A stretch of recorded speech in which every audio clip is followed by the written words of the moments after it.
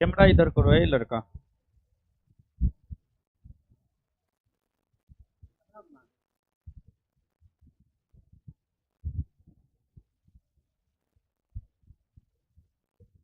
दिखाई दे रहे हैं हम?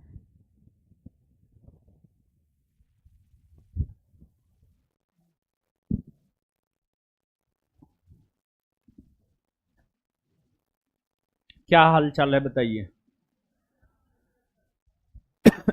प्रिंस राज सर आपके 2 टेस्ट से टॉप कर रहे हैं ऑनलाइन में। पर क्वेश्चन 32 और आज 35 ही करेक्ट हो रहा है। 32 35, 50 में 32 35 हो रहा है तो कम थोड़े है जी, बहुत है। 60-70% हुआ ना जी। चलिए, और सब बताइए क्या हाल चाल है। ठीक है। खुश तो आज आप लोग होंगे, नहीं खुश हैं? अरे बिहार एसएससी एग्जाम डेट दे दिया है, इसी कारण बोल रहे हैं। बिहार एसएससी एग्जाम डेट दे दिया है। बिहार 2023 में वैकेंसी आया था जी। 2023 में वैकेंसी आया, 2025 में पीटी होगा। जानते हैं एगो बात, 2014 में बिहार एसएससी इंटर स्तरीय पहला आया था। उस टाइम में हम भी स्टूडेंट ही थे, पढ़ ही रहे थे, लेकिन पढ़ने के साथ साथ जो है पढ़ा भी रहे थे थोड़ा बहुत। थोड़ा बहुत मेन तौर पर पढ़ना 2015 से शुरू किए और कोचिंग खोले 2017 में। तो उस टाइम में जो है कुछ विद्यार्थी को पढ़ाते थे, तो उसमें एक लड़की थी, वो बोली हम बिहार एसएससी का तैयारी नहीं करेंगे। वैकेंसी वही था, हम पढ़ाते थे तो हम यही ना बोलेंगे ना आप इसी का तैयारी कीजिए। तो वो बोली थी ये बात कि बिहार एसएससी का फाइनल होते होते जो है ना मेरा ब्याह शादी बच्चा सब हो जाएगा, इसी वजह से हम बिहार एसएससी का तैयारी नहीं करेंगे। लेकिन 2014 वाला वैकेंसी संभवतः क्लियर हुआ है 2020-21 में, 2022 में, 2022 में। सच में जो लड़की बोली थी ना, उसके बारे में हम 2022 में पता किए जानबूझ करके, तो पता चला सच में उसका शादी विवाह बाल बच्चा सब हो गया। लेकिन जो है उसका दूसरे में जॉब लग गया था, बिहार एसआई में उसका जॉब लग गया था, समझ गए। तो बिहार एसआई में हमको लगता है 1717 पोस्ट वाला में ही उसका जॉब लगा था, समझ गए।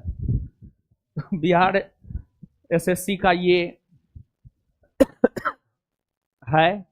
बिहार सर, बिहार स्पेशल पढ़ाइए ना प्लीज सर। अरे बाप रे, मतलब एक एगो लड़का कमेंट ऊपर से लेकर नीचे तक मतलब कट पेस्ट कॉपी कर दिया है, तो मजबूरन पढ़ना पड़ता है।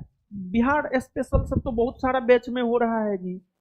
फाउंडेशन बैच में हो रहा है, बिहार पुलिस बैच में हो रहा है, बीपीएससी बैच में हो रहा है, बिहार एसआई बैच में भी हो रहा है। हर बैच में तो हो ही रहा है। अगर आप यहाँ पर किसी भी बैच में पढ़ रहे हैं तो बिहार स्पेशल हो रहा है, हर बैच में हो रहा है। नहीं हो रहा है जी? तो आप कौन बैच में पढ़ते हैं? किसी बैच में नहीं पढ़ते हैं क्या? लगता नहीं पढ़ता होगा ये। टेस्ट में हो, हाँ हो सकता है।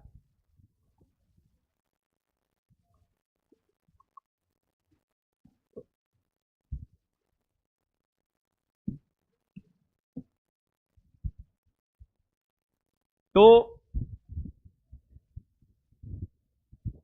3 माह का समय है, अप्रैल है, मई जून जुलाई, हाँ 3 माह का समय। कितने लोग बिहार एसएससी का फॉर्म गिराए हैं? सब गिराए हैं। हम सोच रहे हैं टेस्ट करवा देते हैं क्या? अच्छा, इसमें जो है ना बात क्या है, मैथ रीजनिंग का थोड़ा वेटेज है, 50% वेटेज है। मैथ रीजनिंग के साथ भी आपको जाना होगा। मैथ रीजनिंग वाले सर से बात नहीं हुआ, आज डेट ही दिया है, तो कल बात करते हैं। शुक्रवार को हम आएंगे ना तो बिहार एसएससी को लेकर के कुछ घोषणा करेंगे, ठीक है। और इस बार भी हमको लगता है कि बिहार एसएससी पता नहीं अब क्या करेगा। बिहार एसएससी का कोई माय बाप नहीं है, दूसरा सब बोर्ड का माय बाप है, बिहार एसएससी का कोई माय बाप नहीं है। तो आइए, कल टेस्ट हुआ था ना, हुआ था ना।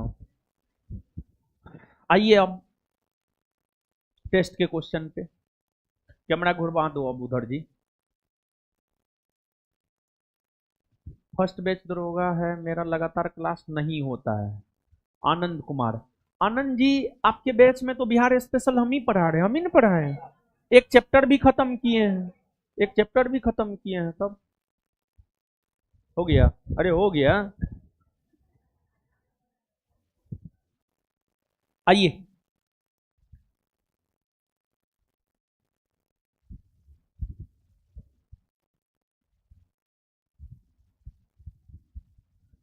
पहला क्वेश्चन, नबदा टोली का उत्खनन किसने किया था? नबदा टोली क्या है जानते हैं? सुनिए, हल्ला मत कीजिए, हल्ला मत कीजिए लोग। नबदा टोली एक प्रागैतिहासिक स्थल है। नबदा टोली एक प्रागैतिहासिक स्थल है। पिछले क्लास में भी हम आपको बताए थे, कालखंड के दृष्टिकोण से इतिहास को 3 भागों में बांटा गया है, प्रागैतिहासिक काल, आदैतिहासिक काल और ऐतिहासिक काल। प्रागैतिहासिक काल,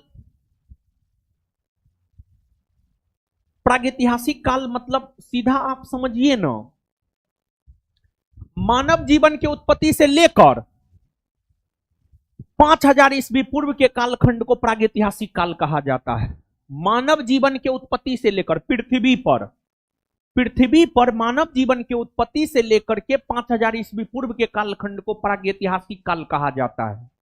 प्रागैतिहासिक काल के अंतर्गत मुख्य तौर पर पाषाण युग को पढ़ते हैं, स्टोन एज को पढ़ते हैं। तो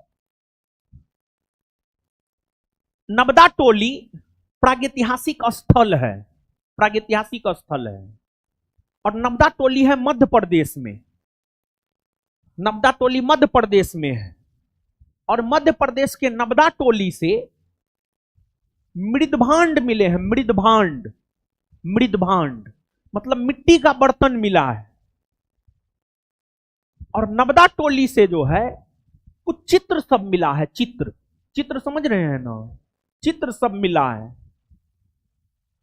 और नबदा टोली से जो मृदभांड मिला है, नबदा टोली से जो चित्र सब मिला है, जब उसका आयु पता किया गया कार्बन डेटिंग पद्धति से, तो पता चला ये तो प्रागैतिहासिक कालीन स्थल है नबदा टोली। और नबदा टोली जो प्रागैतिहासिक कालीन स्थल है, उस नबदा टोली की खोज एचडी संकालिया ने किया है, एचडी संकालिया ने किया है। और एक बात जानिए, सिर्फ नबदा टोली ही नहीं बल्कि बहुत सारे प्रागैतिहासिक कालीन स्थल है। बुर्जहोम, गुपकराल, सराय नहर, दमदमा, महदहा, चिरांद, पिकलीकल, संगनकल्लू, ये सब प्रागैतिहासिक कालीन स्थल है, ये सब प्रागैतिहासिक कालीन स्थल है। और जानते हैं यूपीएससी इस सब प्रागैतिहासिक कालीन स्थल के बारे में पूछा है। जितना प्रागैतिहासिक कालीन स्थल का जिक्र हमने किया है, सब प्रागैतिहासिक कालीन स्थल के बारे में यूपीएससी पूछा है। और विशेष तौर पर आपके एग्जाम में जो है यही सब पूछा जाता, फलना प्रागैतिहासिक कालीन स्थल की खोज किसने की है, फलना प्रागैतिहासिक कालीन स्थल से क्या मिला है। तो कहीं से गर्ताबास मिला है, कहीं से हड्डी के उपकरण मिले हैं, कहीं से कृषि के प्रमाण मिले हैं, कहीं से मृदभांड के प्रमाण मिले हैं, कहीं से मानव के अस्थायी रूप में रहने का प्रमाण मिला है। तो अलग अलग प्रागैतिहासिक कालीन स्थल से जो है अलग अलग वस्तु का प्रमाण मिला है, ये सब पूछा जाता है। जैसे चिरांद प्रागैतिहासिक कालीन स्थल है, बिहार में है, वहां से क्या मिला है जानते हैं? हड्डी का उपकरण मिला है, हड्डी का उपकरण, हड्डी का औजार मिला है। पहले के जो मानव थे, प्रागैतिहासिक कालीन जो मानव थे, वे आखेटक थे। आखेटक मतलब शिकारी थे। प्रागैतिहासिक कालीन मानव आखेटक थे, शिकारी थे। वो जानवरों का शिकार किया करता था। अब जानवर का शिकार कैसे करेगा, पशु पक्षी का शिकार कैसे करेगा? औजार और होगा तब न करेगा हो। तो प्रागैतिहासिक कालीन मानव के जो औजार होते थे वो पत्थर के बने होते थे, पत्थर के। और फिर प्रागैतिहासिक कालीन मानव के औजार जो है हड्डी के बने होते थे, जानवर की हड्डी के बने होते थे। तो हड्डी के उपकरण या हड्डी के औजार बिहार के चिरांद नामक प्रागैतिहासिक कालीन स्थल से मिला है। अब जानते हैं प्रागैतिहासिक काल को हम लोग 3 भाग में बांटकर पढ़ते हैं। पूरा पाषाण काल, मध्य पाषाण काल, नव पाषाण काल। प्रागैतिहासिक काल को भी हम लोग 3 भाग में बांटकर पढ़ते हैं। पूरा पाषाण काल, मध्य पाषाण काल, नव पाषाण काल। समझे? तो इसका आंसर हो जाएगा HD संकालिया।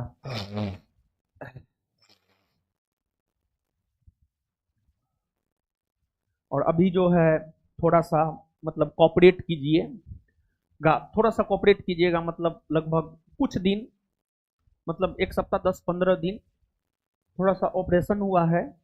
सब बैच में क्लास लेना पड़ता है। आज तो हमको इतना मतलब चला दिया है ना, इतना सीढ़ी चढ़वा दिया है ना, मतलब कि आज जो चीर फाड़ हुआ है उसमें थोड़ा सा तनाव हो गया है। तो खैर कोई बात नहीं है। तो मतलब अभी जो है मतलब 10-15 दिन थोड़ा कॉपरेट कीजिएगा। टेस्ट ऐसे हम लेंगे और आगे जो है आपका एग्जाम है बिहार SSC का। तो आगे बिट्टू सर का शादी भी है, लेकिन हम पहले से प्लान कर रहे हैं। समझ गए कि आपका टेस्ट जो है डेली टेस्ट अब नहीं रुकेगा। डेली टेस्ट जो है नहीं रुकेगा।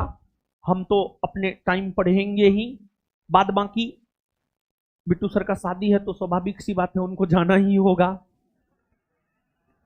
तो उसमें जो है अभी हम हाथ इसलिए खड़ा करवाए थे कि एक देखना चाह रहे थे कितने लोग बिहार SSC दे रहे हैं। एक बार फिर से एक बार बिहार SSC जो फॉर्म भरे हैं, जो एग्जाम दे रहे हैं, एक बार हाथ खड़ा कीजिए। तो चलिए, अधिकतर लोग दे रहे हैं, गिरा लीजिए। तो उस बीच में जो है तब तक हमको अभी टाइम भी है, 10 दिन का समय। आज क्या तारीख है? 10-12 दिन के बाद सर जाएंगे, 12-15 दिन के बाद जाएंगे हमको लगता है। 10-11 दिन के बाद जाएंगे, 10-11-12 दिन, 10-15 दिन के बाद जाएंगे। तो और शादी में तो मतलब जो है हम लोग के तरफ जो है बड़ी रीति रिवाज होता है। शादी के बाद जानते हैं 4 दिन ससुराल में रहना पड़ता है। समझे? 4 दिन ससुराल में रहना पड़ता है, बड़ी विधि विधान होता है। समझे? तो उसके बाद आएंगे। तो उस बीच में जो है आप लोग हमको थोड़ा बताइए। मतलब ऐसा कुछ कर देते हैं कि बिहार SSC जो है टोटल 75 गो GS पूछता है, 50 गो साइंस 25 गो साइंस पूछता है। अब 50 गो में history, polity, geography, Bihar, current, aesthetic. और बिहार SSC में हम देखे हैं एस्थेटिक अच्छा खासा पूछता है, 5-7 एस्थेटिक पूछता है। तो ऐसा करेंगे कि एस्थेटिक बिहार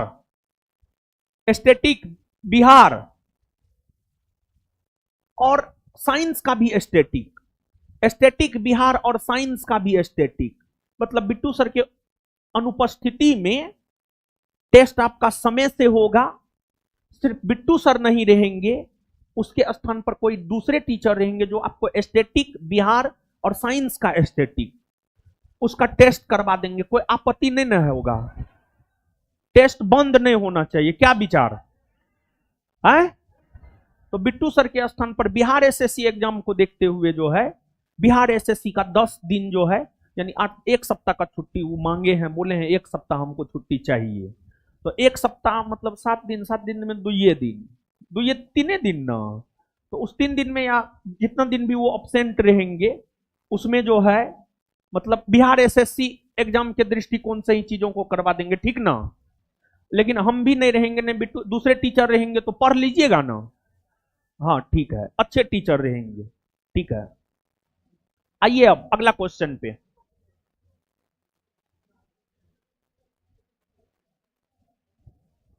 प्रारंभिक वैदिक काल के दौरान कौन सा शहर प्राचीन मगध साम्राज्य की राजधानी के रूप में कार्य करता था? प्रारंभिक वैदिक काल के दौरान, मतलब एकदम मगध, सीधी सीधी सी बात है, जानते हैं इस क्वेश्चन की अगर हम बात करें तो ये क्वेश्चन सीधा सा कह रहा है कि मगध साम्राज्य की सबसे प्राचीनतम राजधानी कहां है? तो मगध साम्राज्य की सबसे प्राचीनतम राजधानी रही है राजगृह। कहां रही है? राजगृह। मगध साम्राज्य की सबसे प्राचीनतम राजधानी रही है राजगृह। और थोड़ा सा बताते हैं, यहां पर ध्यान से सुनिएगा और यहां से प्रश्न आता है, समझ गए? थोड़ा समझिएगा। मगध साम्राज्य की सबसे प्राचीनतम राजधानी रही है राजगृह। राजगृह के बाद मगध साम्राज्य की राजधानी बनी है पाटलिपुत्रा। पाटलिपुत्रा के बाद मगध साम्राज्य की राजधानी बनी है वैशाली, और फिर वैशाली के बाद मगध साम्राज्य की राजधानी बनी है पाटलिपुत्रा। वैशाली के बाद पुनः बनी है पाटलिपुत्रा। पाटलिपुत्रा, समझ गए?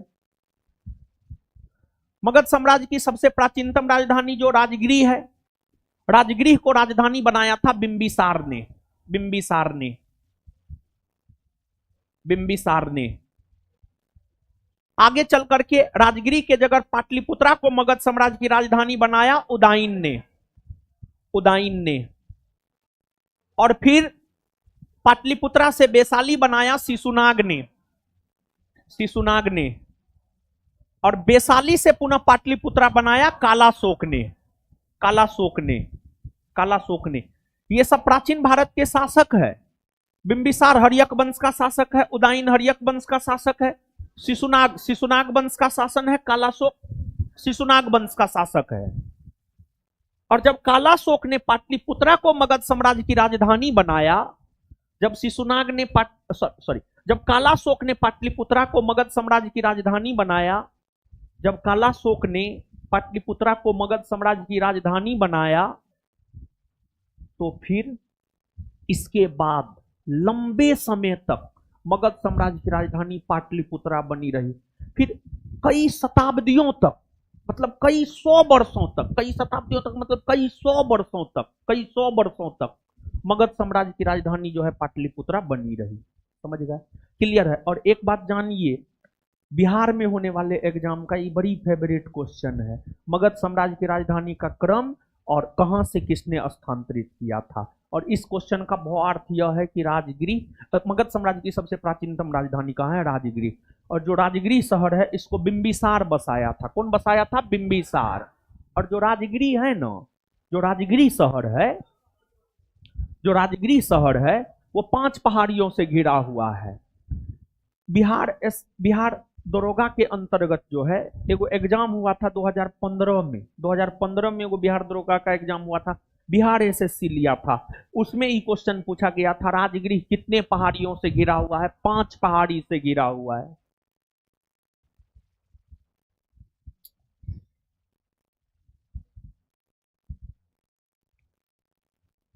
धान्य कटक जो महासंघिकों के अधीन एक प्रमुख बौद्ध केंद्र के रूप में समृद्ध हुआ, निम्नलिखित में से किस एक क्षेत्र में अवस्थित है? मतलब धान्य कटक एक बौद्ध केंद्र था, बौद्ध धर्मावलंबी के लोगों का एक केंद्र था धान्य कटक। ये कहां है? आंध्र में है, मतलब आंध्र प्रदेश में है, गंधार में है, कलिंग में है, मगध में है। ये जो धान्य कटक है ना, ये आंध्र प्रदेश में है। आंध्र प्रदेश में है और यह कृष्णा नदी के तट पर है। यह कृष्णा नदी के तट पर आंध्र प्रदेश में है। और कृष्णा नदी के तट पर होने की वजह से जो है व्यापारिक दृष्टिकोण से इसका काफी ज्यादा महत्व रहा है। और यह जो धान्य कटक नामक शहर है, यह आंध्र सातवाहन वंश के शासकों का कुछ दिनों तक राजधानी रहा है। आंध्र सातवाहन वंश प्राचीन भारतीय इतिहास में आप पढ़ते हैं, जो आंध्र सातवाहन वंश का शासन कई शताब्दियों तक रहा है, जिसकी राजधानी मुख्य तौर पर प्रतिष्ठान हुआ करती थी, उस आंध्र सातवाहन वंश का राजधानी कुछ समय तक धान्य कटक नामक क्षेत्र भी रहा है। समझ गए? तो आंध्र में है ये।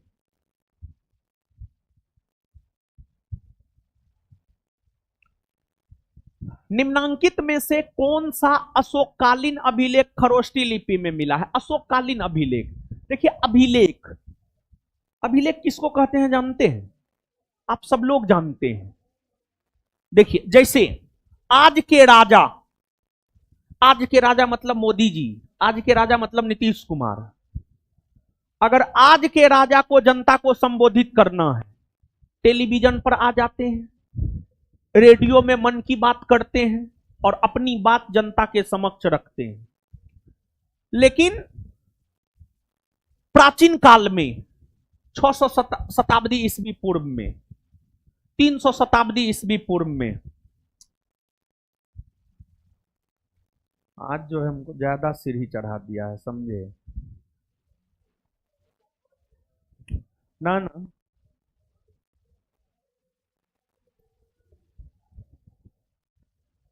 सुनिए, तो उसी प्रकार से पहले के शासक, पहले के राजा, पहले के राजा को मान लिया जाए जनता को संबोधित करना होता था, तो पहले के राजा जो है जनता को संबोधित करते थे, क्या करते थे? बड़ा सा स्तंभ खड़ा करते थे, पिलर। जैसे ई क्या है? पिलर है, ये जो आप देख रहे हैं पिलर है, तो बड़ा सा पिलर खड़ा करते थे और उस पिलर पर जो है अपना आदेश लिखते थे।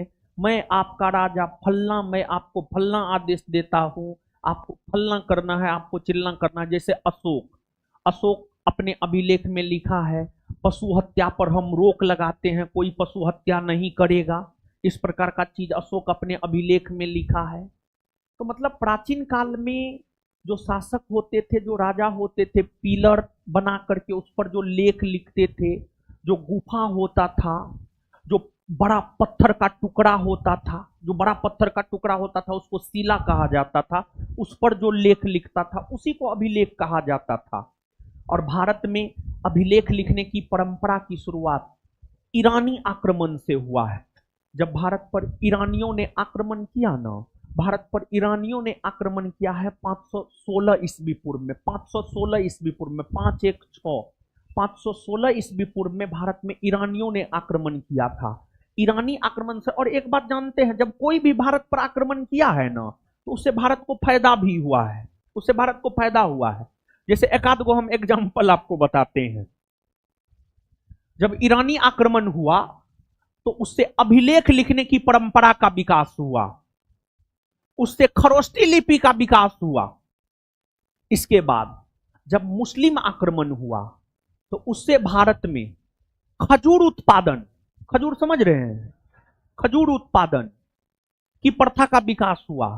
ऊंट पालना, मुस्लिम आक्रमण से ही भारत के लोग ऊंट सब पालना शुरू किए और खजूर का उत्पादन करना सब शुरू किए थे, समझ गए? तो आक्रांता ज्यादातर हानि ही किया है, लेकिन थोड़ा बहुत लाभ भी पहुंचाया है। ऐसा नहीं है कि लाभ नहीं पहुंचाया, थोड़ा बहुत लाभ भी पहुंचाया है आक्रांता यानी आक्रमणकारी, समझ गए? तो अब अभिलेख तो आप समझ गए। और एक बात और आप जानिए, अभिलेखों के अध्ययन को क्या कहते हैं?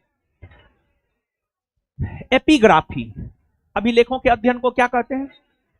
एपिग्राफी, एपिग्राफी कहते हैं। अब अशोक, अशोक के अधिकतर अभिलेख ब्राह्मी लिपि में था। और जानते हैं अशोक, अशोक के अधिकतर अभिलेख ब्राह्मी लिपि में थे। लेकिन अशोक के अभिलेख की अगर हम बात करें तो अशोक के अभिलेख भारत से भी मिले हैं, पाकिस्तान से भी मिले हैं। अशोक के जो अभिलेख भारत से मिले हैं ना वो ब्राह्मी लिपि में है, लेकिन अशोक के जो अभिलेख पाकिस्तान से मिले हैं वो खरोष्टी लिपि में है। अशोक के इन अभिलेखों में कालसी, कालसी उत्तराखंड में है, गिरनार, गिरनार गुजरात में है, शहबाजगढ़ी पाकिस्तान में है, मेरठ उत्तर प्रदेश में है। कालसी उत्तराखंड, गिरनार गुजरात, मेरठ उत्तर प्रदेश। यहां से जो अशोक के अभिलेख मिले हैं वो ब्राह्मी लिपि में है, ब्राह्मी लिपि में है। लेकिन पाकिस्तान के शहबाजगढ़ी से जो अशोक का अभिलेख मिला है वो खरोष्टी लिपि में है, खरोष्टी लिपि में है, खरोष्टी लिपि में।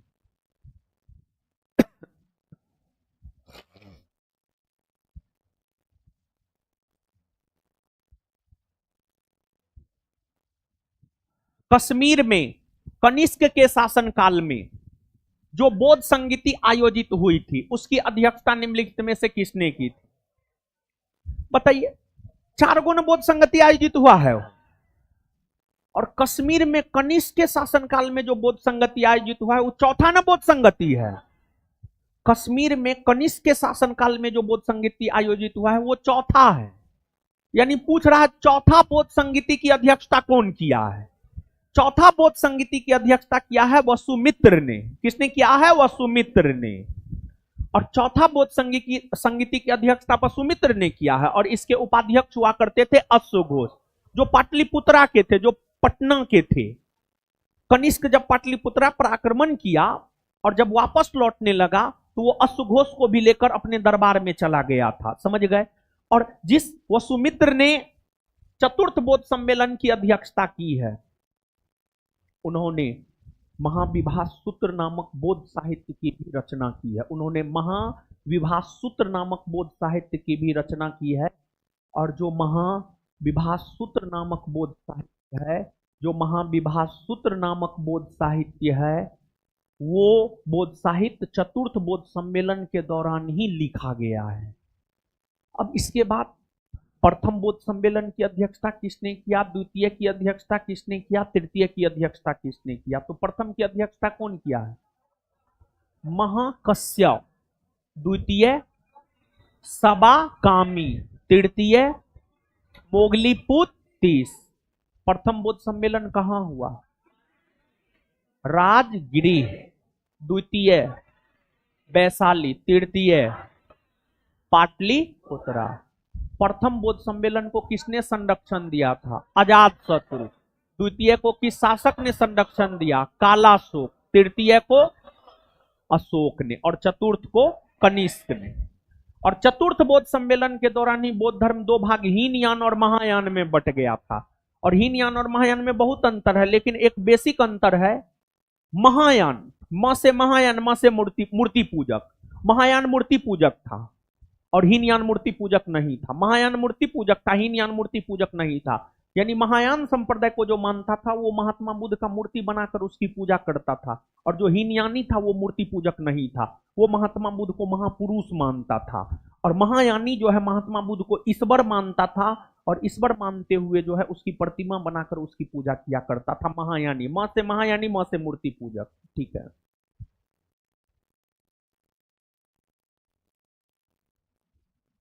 निम्नलिखित में से किसने हुन शासक मिहिरकुल को पराजित किया था? सुनिए।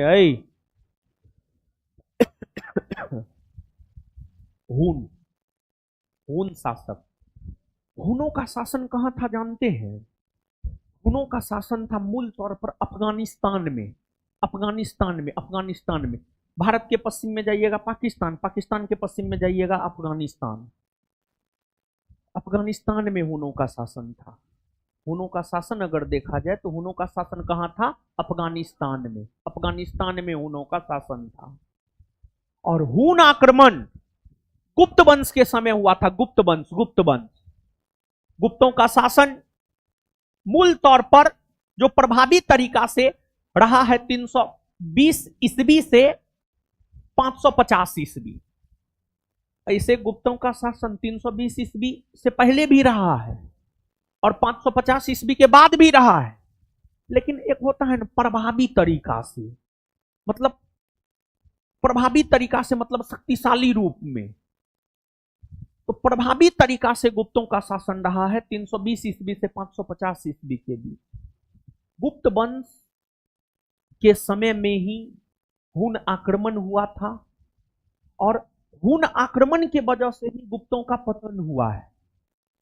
गुप्तों के पतन के पीछे ऐसे कई कारण थे, उसमें एक हुन आक्रमण था। हुन आक्रांता गुप्त शासक स्कंदगुप्त के शासन काल से लगातार भारत पर आक्रमण करना शुरू किया। हुन आक्रमणकारी गुप्त शासक स्कंदगुप्त के शासनकाल से लगातार भारत पर आक्रमण करना शुरू किया और कई हुन आक्रमणकारियों ने भारत पर आक्रमण किया। उसमें एक हुन आक्रमणकारी मिहिरकुल ने भी भारत पर आक्रमण किया। और हुन आक्रमणकारी मिहिरकुल ने जो भारत पर आक्रमण किया था मिहिरकुल के हुन आक्रमण को विफल किया था मालवा का शासक, मालवा मध्य प्रदेश में पड़ता है, मालवा का शासक यशोधर्मन, मालवा का शासक यशोधर्मन, मालवा का शासक यशोधर्मन।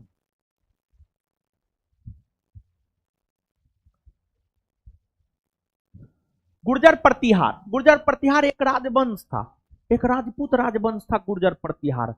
मध्य भारत में गुर्जर प्रतिहारों का शासन रहा है, राजस्थान में, मध्य प्रदेश में, उत्तर प्रदेश में, यहां पर गुर्जर प्रतिहारों का शासन रहा है। राजपूत राजवंश था गुर्जर प्रतिहार। गुर्जर प्रतिहार शासकों में किसकी उपाधि आदिवराह थी, यानी किस गुर्जर प्रतिहार वंश के शासक ने आदिवराह की उपाधि धारण की थी? आदिवराह की उपाधि धारण किया था मिहिर भोज, मिहिर भोज, मिहिर भोज।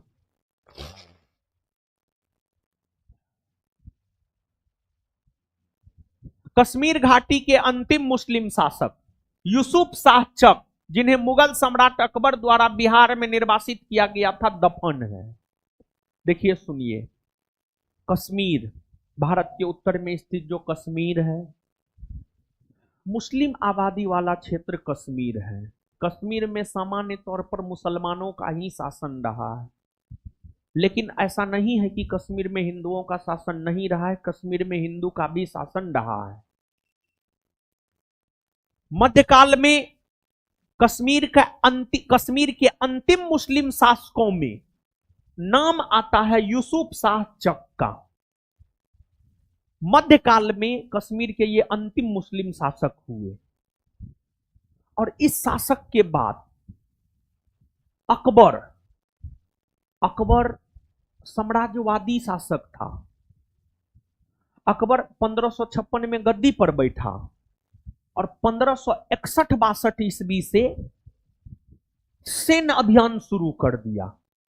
1561-62 ईस्वी से सैन्य अभियान शुरू कर दिया, और अकबर जब सैन्य अभियान किया ना, मालवा को जीता, बिहार को जीता, बंगाल को जीता, चित्तौड़गढ़ को जीता, कश्मीर को जीता, काबुल को जीता, उड़ीसा को जीता। तो अकबर कश्मीर का अभियान करके कश्मीर को जीतकर अपने साम्राज्य में मिला लिया, और कश्मीर के अंतिम मुस्लिम शासक को कश्मीर से निष्कासित कर दिया, कश्मीर से निष्कासित कर दिया, कश्मीर से निष्कासित कर दिया, और वो बिहार आ गया। और इनका निधन ऐसे तो बिहार में नहीं हुआ था, इनका निधन हुआ था ओडिशा में, इनका निधन ओडिशा में हुआ था, लेकिन इनको दफनाया गया बिहार में, और बिहार में भी इनको नालंदा में दफनाया गया था, नालंदा में, नालंदा में दफनाया गया था।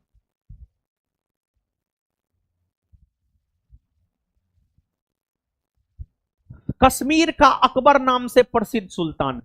देखिए अकबर, अकबर तो ऐसे बादशाह भी हुए, लेकिन अकबर जानते हैं एक उपाधि भी है, अकबर जो है एक उपाधि भी है।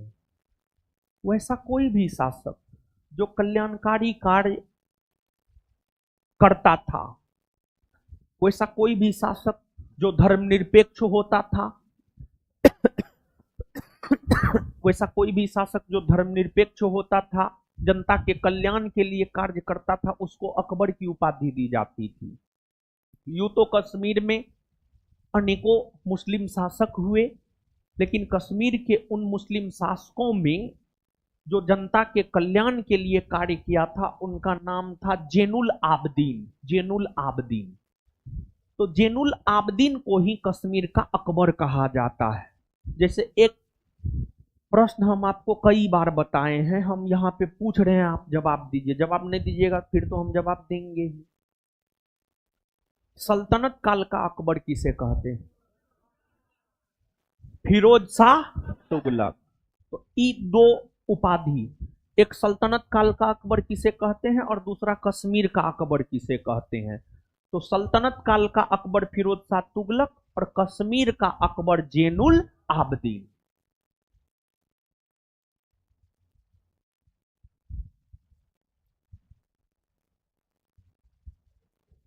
निम्नलिखित अंग्रेजों में किसे जहांगीर ने खान उपाधि से सम्मानित किया था? देखिए जानते हैं, अंग्रेजी ईस्ट इंडिया कंपनी की स्थापना 1600 ईस्वी में हुई और वह कंपनी इसलिए स्थापित हुई थी क्योंकि वह कंपनी भारत तथा पूर्वी एशियाई देश के साथ व्यापार करना चाहती थी। कंपनी की स्थापना तो 1600 ईस्वी में हो गई, लेकिन कंपनी की जब स्थापना हुई थी तो उस समय भारत में मुगल वंश का शासन था, मुगलों का शासन था। कंपनी की स्थापना तो हो गई, लेकिन कंपनी को भारत में व्यापार करना था और व्यापार करने के लिए मुगलों से व्यापारिक छूट प्राप्त करना था। तो अंग्रेजी ईस्ट इंडिया कंपनी जो भारत में व्यापार करना चाहती थी वो मुगलों से मुगल छूट लेना चाहती थी, और मुगलों से मुगल छूट लेने के लिए ही मुगल बादशाह जहांगीर के दरबार में कैप्टन हॉकिंस नामक अंग्रेज 1609 ईस्वी में उपस्थित हुआ था। और कैप्टन हॉकिंस मुगल बादशाह जहांगीर के दरबार में उपस्थित हुआ था, और कैप्टन हॉकिंस जहांगीर के आगरा दरबार में उपस्थित हुआ था। कैप्टन हॉकिंस जहांगीर के आगरा दरबार में उपस्थित हुआ था। और जब कैप्टन हॉकिंस जहांगीर के आगरा दरबार में आया था तो जहांगीर को खुश करने के लिए कुछ चित्र सब लेकर आया था। जहांगीर का चित्रकारी में बड़ी रुचि था, जहांगीर का चित्रकारी में बड़ी रुचि था।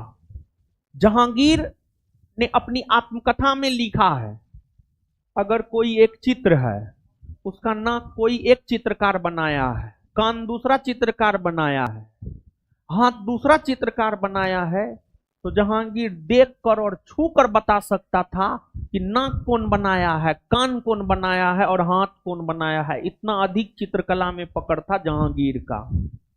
तो जब कैप्टन हॉकिंस आया था ना, बहुत सारा उपहार लेकर के आया था, और उपहार के रूप में चित्र सब लेकर के आया था। और दूसरी बात, मुगलों की राजकीय भाषा थी फारसी।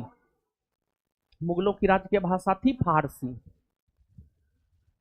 फारसी भाषा सीख कर आया था कैप्टन हॉकिंस, और कैप्टन हॉकिंस फारसी भाषा में जहांगीर से बात किया, और कैप्टन हॉकिंस जहांगीर को रिझा भी लिया, और जहांगीर लगभग तैयार भी हो गया था व्यापारिक छूट देने के लिए। लेकिन पुर्तगाली जो है ना, पुर्तगाली कंपनी के लोग जहांगीर को थोड़ा भयभीत कर दिया, तो फिर व्यापारिक छूट नहीं दिया। लेकिन जहांगीर कैप्टन हॉकिंस से इतना खुश हुआ कि जहांगीर ने कैप्टन हॉकिंस को अपना मनसबदार बना लिया, मतलब अपना सरकारी नौकर बना लिया। और साथ ही साथ कैप्टन हॉकिंस को खान की उपाधि मुगल बादशाह जहांगीर ने दिया। और एक बात और जानिए, मुगल दरबार में उपस्थित होने वाला प्रथम अंग्रेज कैप्टन हॉकिंस ही है। ऐसे भारत आने वाला प्रथम अंग्रेज है रॉल्फ फिंच, और स्थल मार्ग से भारत आने वाला प्रथम अंग्रेज है जॉन मिल्डन हॉल। लेकिन मुगल दरबार में उपस्थित होने वाला प्रथम अंग्रेज अगर देखा जाए तो कैप्टन हॉकिंस है, कैप्टन हॉकिंस है। समझ गए? और कैप्टन हॉकिंस कौन जहाज से आया था? हेक्टर, हेक्टर नामक जहाज से आया था। और भारत आने वाला जो प्रथम अंग्रेज जहाज है हेक्टर है, और हेक्टर जहाज का ही कप्तान था कैप्टन हॉकिंस। इसी वजह से इसको नाम दिया गया कैप्टन हॉकिंस।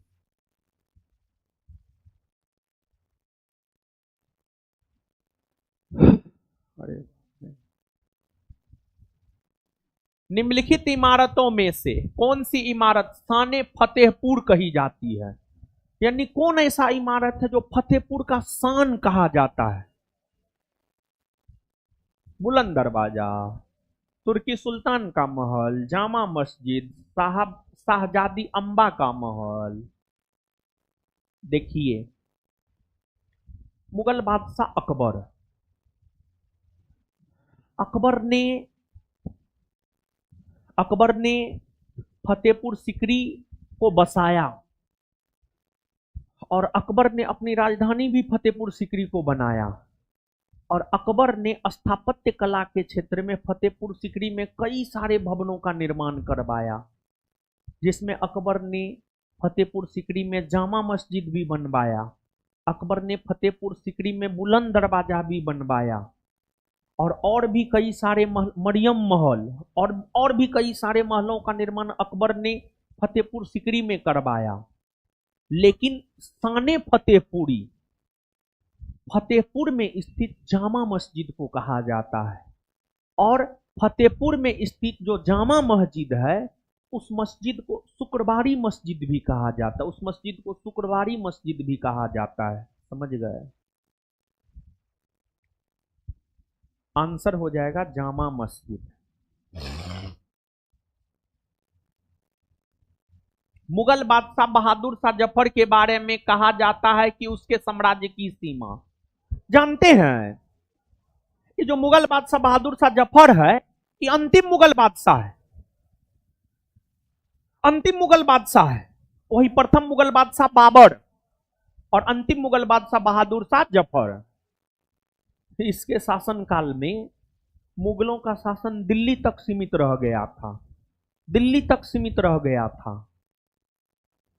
अकबर के समय जिस मुगलों का शासन लगभग पूरा भारतवर्ष में, मान लीजिए दक्षिण भारत के कुछ एरिया को छोड़कर, अकबर के समय जिस मुगलों का शासन दक्षिण भारत के कुछ एरिया को छोड़कर पूरे भारतवर्ष में था, उस मुगल वंश का शासन अंतिम मुगल बादशाह बहादुर शाह जफर के आते आते सिर्फ दिल्ली तक रह गया। दिल्ली में भी कुछ खास एरिया तक ही रह गया। अगर वास्तविक तौर पर कहिएगा ना, बहादुर शाह जफर का शासन जो है ना सिर्फ लाल किला भर रह गया था, सिर्फ लाल किला भर रह गया था बहादुर शाह जफर का शासन। सिर्फ लाल किले में उसका राज चलता था, लाल किले के लोग उसके फरमान को मानता था, उसके अलावा कोई नहीं उसके फरमान को मानता था। समझ गए? लेकिन ऑप्शन में तो सिर्फ लाल किला है नहीं, ऑप्शन में अगर सिर्फ लाल किला होता ना तो सिर्फ लाल किले आंसर हो जाता, लेकिन ऑप्शन के अकॉर्डिंग जाते हैं। बिहार बनारस कहां? एक चीज को दिमाग में जाने, सिर्फ दिल्ली तक रह गया था, सिर्फ दिल्ली तक रह गया। अब ऑप्शन पकड़िए, ए होगा चांदनी चौक से पालम,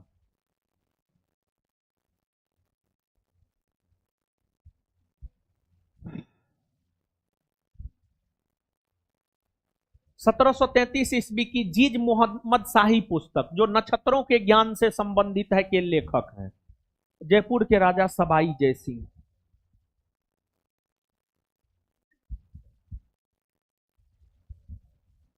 जनजातीय लोगों के संबंध में आदिवासी शब्द का प्रयोग कौन किया था? यानी जनजातियों को आदिवासी कौन कहा था? जनजाति को आदिवासी कहा था ठक्कर बप्पा, ठक्कर बप्पा।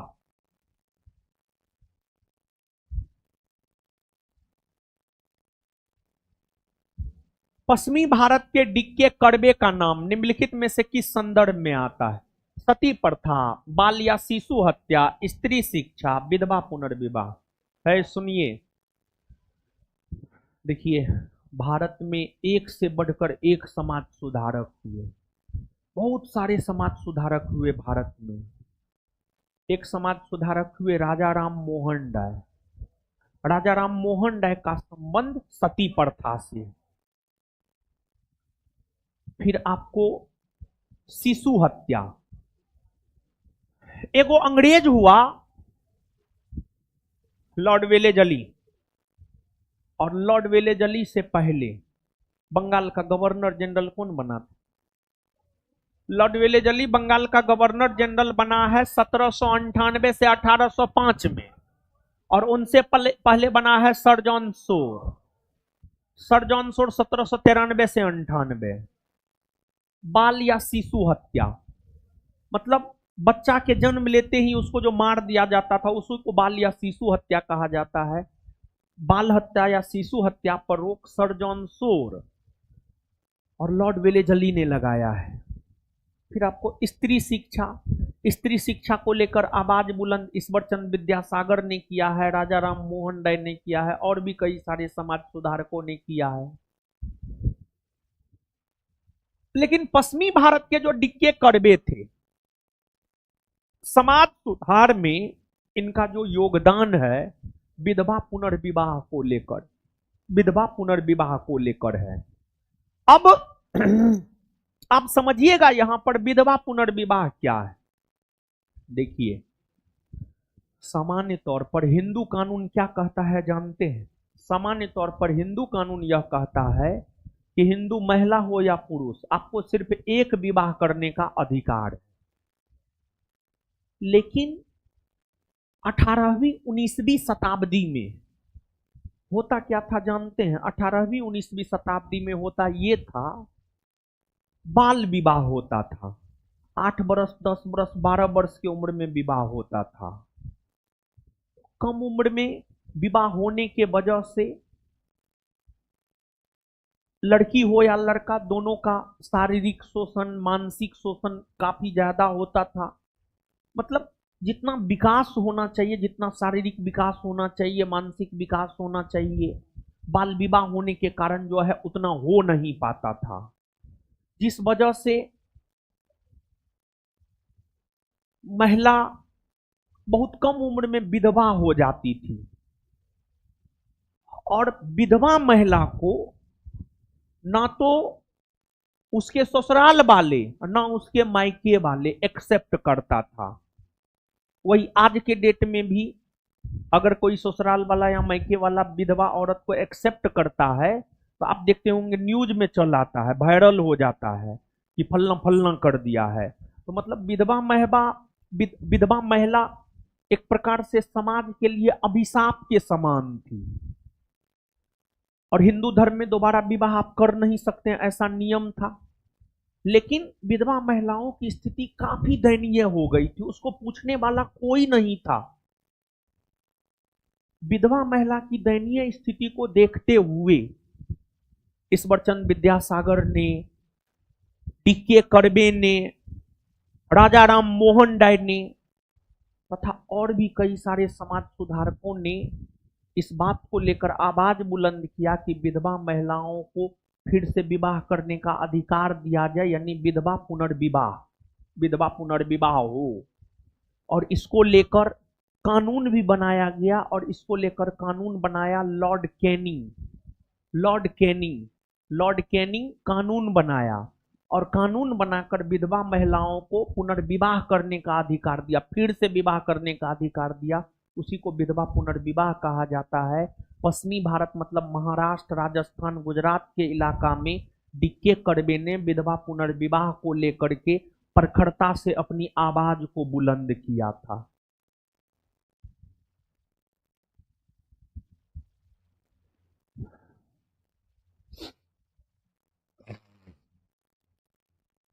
निम्न में से कौन सा एक राष्ट्रवादी समाचार पत्र नहीं था? राष्ट्रवादी समाचार पत्र किसको कहा जाता है जानते हैं?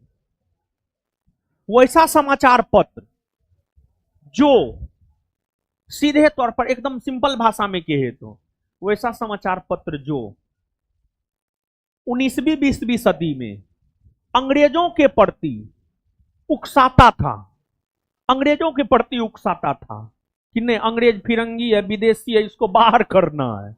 वही राष्ट्रवादी समाचार पत्र हुआ।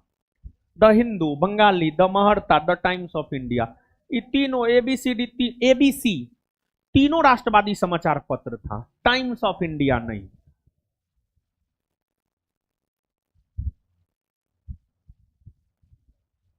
भारतीय राष्ट्रीय कांग्रेस के वर्ष 1922 में आयोजित किए गए अधिवेशन के अध्यक्ष कौन थे? बताइए। चित्तरंजन दास। अच्छा, 1922 में अधिवेशन कहां हुआ था?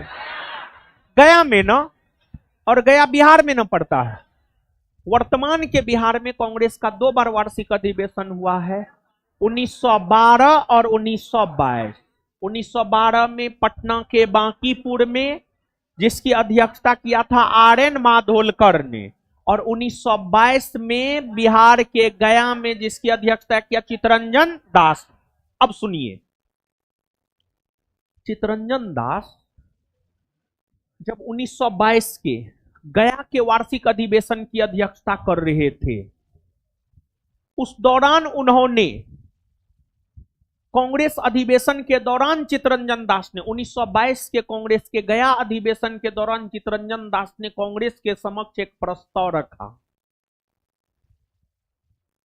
कांग्रेस के समक्ष जो प्रस्ताव चित्तरंजन दास ने रखा अध्यक्ष होते हुए, उस प्रस्ताव को चित्तरंजन दास पारित नहीं करवा सका, जिस वजह से चित्तरंजन दास कांग्रेस से इस्तीफा दे दिया, अध्यक्ष पद से इस्तीफा दे दिया। और फिर चित्तरंजन दास ने पंडित मोतीलाल नेहरू के साथ मिलकर एक नई पार्टी वर्ष 1923 में बनाया, जिसे स्वराज पार्टी कहा जाता है। क्या कहा जाता है? स्वराज पार्टी।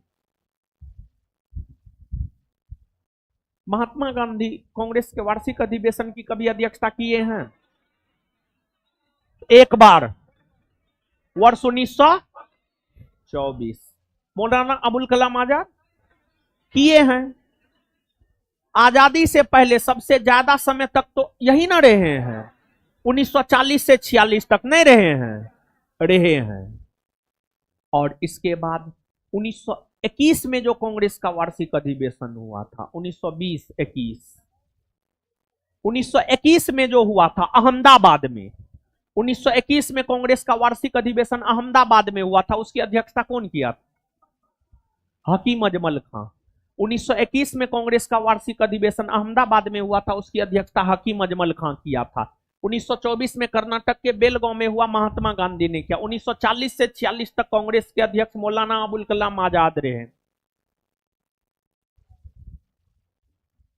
सूची 1 को सूची 2 से सुमेलित कीजिए तथा नीचे दिए कूट से सही उत्तर चुनिए। हावड़ा षड्यंत्र केस है, जानते हैं? जैसे कांग्रेसी हुआ करता था, अब कांग्रेसी के भीतर ही उदारवादी, उग्रवादी, गांधीवादी हुआ करता था। वैसे ही जो है स्वतंत्रता आंदोलन के दौरान एक क्रांतिकारी हुआ करते थे। क्रांतिकारी। और जानते हैं, क्रांतिकारी होना बहुत बड़ी बात है। क्रांतिकारी कुछ ही लोग हो पाते हैं, जिसमें वो क्रांतिकारी है चुनामी सर। जानते हैं इसको? मतलब वो क्रांतिकारी है, मतलब क्या कहा जाए, मतलब वो दूसरे तरह का क्रांतिकारी है। मतलब शिक्षा जगत से हट करके वो क्रांतिकारी है। तो ठीक है, हर कोई अच्छे कामों में क्रांति थोड़े ला सकता है, तो कुछ लोग ऐसे होने चाहिए जो और भी काम है उसमें क्रांति लाए, समझे? मतलब उसका तर्क सब, कभी कभी उसको हम बीपीएससी आंदोलन में जाने। बीपीएससी आंदोलन में पहले हम जानबो नहीं करते थे उतना, लेकिन उसके बाद जब बीपीएससी आंदोलन में जाने तो बीच में रेस्ट में थे, तो एक आध गो उसका वीडियो देखे। मतलब एकदम फालतू तर्क, कुछ भी समझे, कुछ भी बिना तर्क का तर्क। अरे आप तर्क दे रहे हैं तो उसके पीछे कुछ ना कुछ तो प्रामाणिकता होनी चाहिए ना, तो कुछ भी प्रामाणिकता नहीं। तो वैसा क्रांतिकारी भी नहीं होना चाहिए, समझ गए? और बहुत कम लोग ही क्रांतिकारी हो पाते हैं, समझे? तो आजादी के दौरान क्रांतिकारी भगत सिंह, राजगुरु, सुखदेव, चंद्रशेखर आजाद, दुर्गा देवी, भगवती चरण बोहरा, अशफाक उल्ला खां, राम प्रसाद बिस्मिल, रोशन सिंह, मास्टर अमीर चंद, बाल मुकुंद, अवध बिहारी, ये सब क्रांतिकारी थे। ये सब क्रांतिकारी थे। क्रांतिकारी को जानते, किसी से कोई लेना देना नहीं था, उसको सिर्फ आजादी चाहिए। हर सूरत में उसको आजादी चाहिए, हर सूरत में उसको आजादी चाहिए। चाहे खून हो, खून करेंगे लेकिन आजादी चाहिए, समझे? भगवती चरण बोहरा की पत्नी थी दुर्गा देवी, और दुर्गा देवी जो है, जब भगत सिंह भागता था ना, मतलब भगत सिंह जब किसी कांड को अंजाम देकर भागता था, तो उसमें दुर्गा देवी बड़ी मदद किया करती थी। दुर्गा देवी जो है काल्पनिक पत्नी बन जाती थी भगत सिंह की, समझ गए। भगत सिंह का ऐसे तो विवाह हुआ नहीं है। तो दुर्गा देवी सब वो सब क्रांतिकारी महिला थी, समझ गए। तो मतलब मदद करती थी भगत सिंह को एक जगह से दूसरे जगह भगाने में, समझ गए। तो क्रांतिकारी जब किसी घटना को अंजाम देता था ना, तो क्रांतिकारी को पकड़ कर उस पर केस चलाया जाता था। जैसे भगत सिंह सॉन्डर्स की हत्या किया, इसको लेकर भगत सिंह सुखदेव राजगुरु पर जो केस चलाया गया उसको लाहौर षड्यंत्र केस कहा जाता है। और लाहौर षड्यंत्र केस के अंतर्गत ही भगत सिंह को फांसी मिला है। और भगत सिंह जो है बोला था कि हमको फांसी मत दीजिए, जैसे हम सॉन्डर्स की गोली मारकर हत्या किए हैं वैसे ही आप भी हमको आप भी अंग्रेजी सरकार गोली मारकर हमारी हत्या कर दे, समझ गए। तो लाहौर षड्यंत्र के भगत सिंह सुखदेव राजगुरु, ये सब भगत सिंह सुखदेव राजगुरु ये तीनों लाहौर षड्यंत्र केस से संबंधित है। चंद्रशेखर आजाद भी लाहौर षड्यंत्र केस से संबंधित है। फिर आगे है अलीपुर षड्यंत्र केस। जानते हैं सबसे ज्यादा क्रांतिकारी बंगाल प्रेसिडेंसी में उभरकर सामने आया था। और बंगाल प्रेसिडेंसी के क्रांतिकारियों के पास अवैध हथियार था, अवैध हथियार रखता था। जैसे अभी जैसे एक मेरीन ड्राइव में एगो प्रेमी प्रेमिका मरा है, उसके पास अवैध हथियार था, मतलब लड़की को भी मार दिया, अपना भी मर गया, मतलब बिना लाइसेंस का हथियार। तो बंगाल के क्रांतिकारियों के पास बिना लाइसेंस का हथियार होता था। इस आलोक में बंगाल के 34 क्रांतिकारी को गिरफ्तार कर अलीपुर कोर्ट में पेश किया गया। उस केस को ही अलीपुर षड्यंत्र केस कहा जाता। उस केस से घोष बंधु संबंधित था, जिसमें अरविंद घोष, बारिंद्र कुमार घोष। तो अलीपुर षड्यंत्र केस से अरविंद घोष संबंधित था। फिर दिल्ली षड्यंत्र केस। देखिए आप सब लोग जानते हैं कि 1774 ईस्वी से लेकर 1911 ईस्वी तक, 1774 ईस्वी से लेकर 1911 ईस्वी तक पूरा डिस्कशन करवा रहे हैं हम, कोई कंप्रोमाइज नहीं कर रहे हैं। वो हम बोलने के लिए बोल दिए, ठीक है, सब चीज तो बताइए रहे हैं, समझ गए। तो ध्यान से सुनिए। कौन बताना है? दिल्ली षड्यंत्र केस। भारत की राजधानी 1774 से 1911 तक कोलकाता रही है। 1911 में, दिसंबर 1911 में तीसरा दिल्ली दरबार हुआ। उस तीसरे दिल्ली दरबार में यह घोषणा किया गया भारत की राजधानी कोलकाता से हटाकर दिल्ली को बनाया जाएगा। और भारत की राजधानी 1 अप्रैल 1912 को दिल्ली बनी। जब भारत की राजधानी 1 अप्रैल 1912 को दिल्ली बनी, तो उस समय भारत के वायसराय थे लॉर्ड हार्डिंग द्वितीय। तो लॉर्ड हार्डिंग द्वितीय पहले कोलकाता में रहता था, क्योंकि भारत की राजधानी कोलकाता थी। वो अपना बोरा बिस्तर समेट करके कोलकाता से दिल्ली आ रहा था। जब हार्डिंग द्वितीय दिल्ली में प्रवेश करने वाला था, उन पर बम फेंका गया। इसको लेकर जो केस भारत के क्रांतिकारियों के ऊपर चलाया गया, उसी केस को दिल्ली षड्यंत्र केस कहा जाता है। दिल्ली षड्यंत्र केस में 4 क्रांतिकारियों को फांसी दी गई थी। अवध बिहारी, बाल मुकुंद, मास्टर अमीर चंद और बसंत बिस्वास। अवध बिहारी, बाल मुकुंद, मास्टर अमीर चंद और बसंत बिस्वास। और एगो जतीन्द्र नाथ मुखर्जी है, उनका संबंध हावड़ा षड्यंत्र केस से था।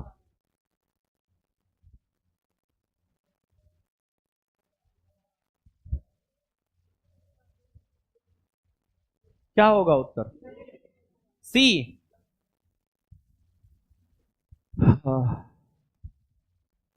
निम्नलिखित में से किस अधिनियम द्वारा 120 सदस्यों वाले चैम्बर ऑफ प्रिंसेज की व्यवस्था की गई?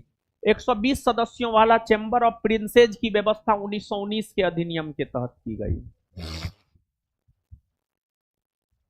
अस्पृश्य यानी छुआछूत, अस्पृश्य समुदाय के लोगों को लक्षित कर प्रथम मासिक पत्रिका बिटाल विध्वंसक किसके द्वारा प्रकाशित की गई थी?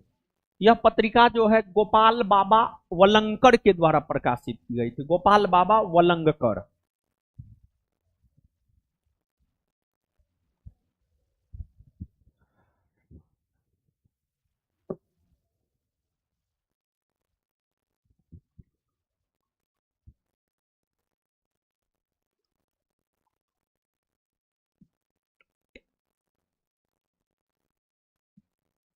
आगे आइएगा। बृहस्पति ग्रह के चंद्रमाओं मतलब उपग्रह की खोज निम्न में से किस एक वैज्ञानिक ने की थी? बृहस्पति ग्रह के उपग्रह अर्थात चंद्रमाओं की खोज गैलीलियो ने किया था, जिस वजह से जानते हैं शुरुआती बृहस्पति ग्रह के उपग्रह को गैलीलियो उपग्रह नाम दिया गया। गैलीलियो उपग्रह, बृहस्पति ग्रह के 4 उपग्रह को गैलीलियो उपग्रह नाम दिया गया है, क्योंकि बृहस्पति ग्रह के उपग्रहों की खोज शुरुआती में गैलीलियो ने ही किया था।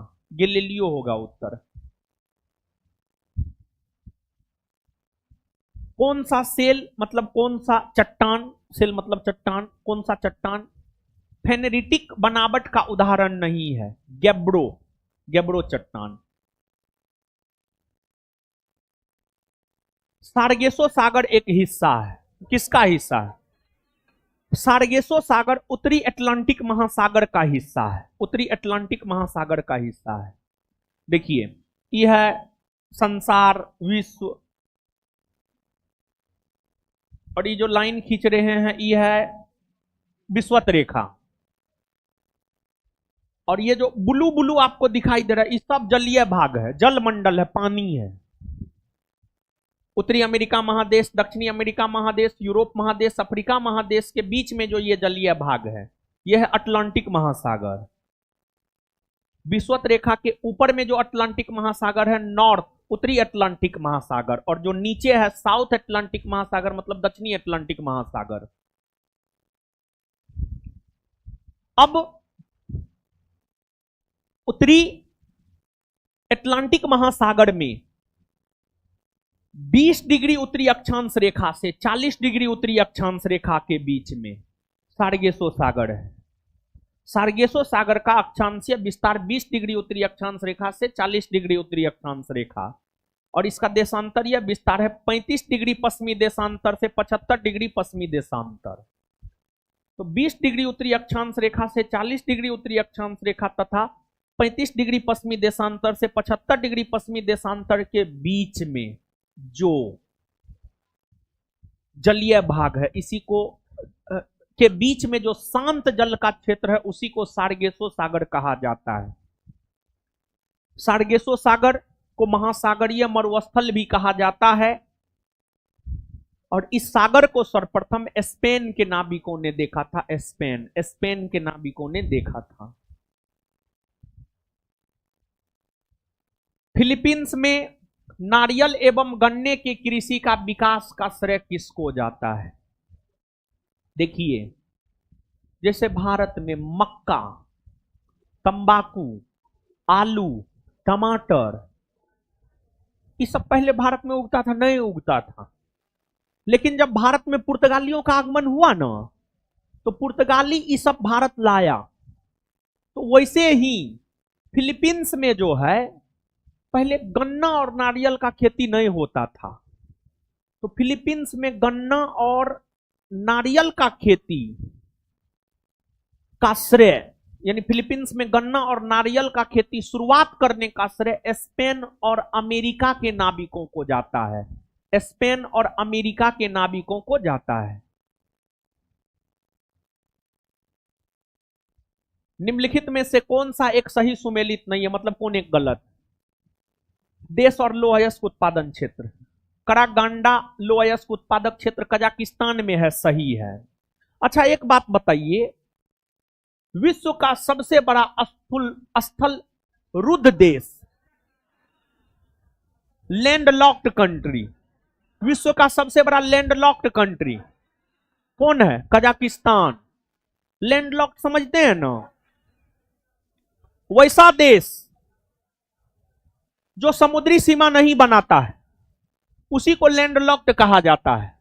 और एक बात जानते हैं, जो देश समुद्री सीमा नहीं बनाता है वो देश कभी सुपर पावर नहीं हो सकता है, वो देश कभी सुपर पावर नहीं हो सकता है। आप देखिए ना, सुपर पावर में अमेरिका है, चीन है, रसिया है, देखिए समुद्री सीमा बनाता है? एकदम बनाता है। क्योंकि देखिए समुद्री सीमा नहीं बनाएगा उसके पास नौसेना होबे नहीं करेगा, और बिना नौसेना का आप विश्व पावर बन जाइएगा, सुपर बॉस बन जाइएगा, पॉसिबल ना है। तीनों सेना होना चाहिए, तब आप सुपर पावर बन पाइएगा। भारत समझिए बहुत शानदार देश है। भारत के उत्तर में हिमालय पर्वत है, दक्षिण में हिंद महासागर है। तो भारत सुपर पावर बन सकता है, भारत सुपर पावर बन सकता है, लेकिन भारत का राजनीति सब ठीक ना है। भारत का राजनेता सब जो है ना, 4.5 साल काम नहीं करेगा, मुर्गा दारू 2,000 रुपया पॉकेट में। तो ऐसे नेता को काम नहीं करना चाहिए। तो नेता का मेंटेलिटी के वजह से भारत सुपर पावर नहीं बन पाया। नहीं तो भारत में इतना अच्छा अच्छा ब्रेन है, भारत में इतना खनिज संपदा है, भारत सुपर पावर बन सकता था। समझ गए? प्राचीन काल में सभ्यता के उदय में सुपर पावर कौन था? भारत था। ये तो यहाँ के राजनेता के मेंटेलिटी के वजह से भारत का ये स्थिति है। यूक्रेन में स्थित लो अयस्क उत्पादक क्षेत्र किब्रोई रॉग है। हाँ, किब्रोई रॉग यूक्रेन में है। यूक्रेन और रशिया के बीच युद्ध हो रहा है। यूक्रेन की राजधानी कीव है, वही यूक्रेन है। ये भी सही है। नॉर्मेंडी लोह अयस्क उत्पादक क्षेत्र जर्मनी में है? नहीं, नॉर्मेंडी लोह अयस्क उत्पादक क्षेत्र फ्रांस में है। फ्रांस में है, फ्रांस में है। पायरेनीज फ्रांस में है, सही है। आंसर हो जाएगा सी। निम्नलिखित में से कौन घुमक्कड़ चरवाहे नहीं है? नहीं है, यानी घुमंतु जनजाति नहीं है। एक तो जनजाति का मतलब आदिवासी। कुछ आदिवासी ऐसा होता है जो जानवर सब पालता है। जैसे भारत में टोडा जनजाति पशुपालक है, जानवर पालता है, तो टोडा चरवाहा जनजाति है। टोडा को चरवाहा जनजाति कह सकते हैं। चरवाहा मतलब क्या? चरवाहा किसको कहा जाता है? मतलब जो गाय भैंस चराता है, मतलब समझ रहे हैं ना? मतलब गाय भैंस को लेकर के जाता है, खेत खलियान में खिलाता है। चरवाहा का मतलब यही होता है। आप लोग को भी नौकरी उकरी नहीं होगा तो अंतिम में चरवाहा बनिएगा। बकरी आप लोग खरीद लीजिएगा, वो चराइएगा। बकरी पालन में बहुत मुनाफा है, समझे? तो घुमक्कड़ चरवाहे नहीं है। Pygmy, Kazakhs, Masai, Lapps. Pygmy Pygmy Pygmy जनजाति कांगो बेसिन में पाई जाती है, और यह जनजाति आखेटक है, मतलब शिकारी है। यह जनजाति आखेटक है, मतलब शिकारी है। ये चरवाहे नहीं है, पिग्मी।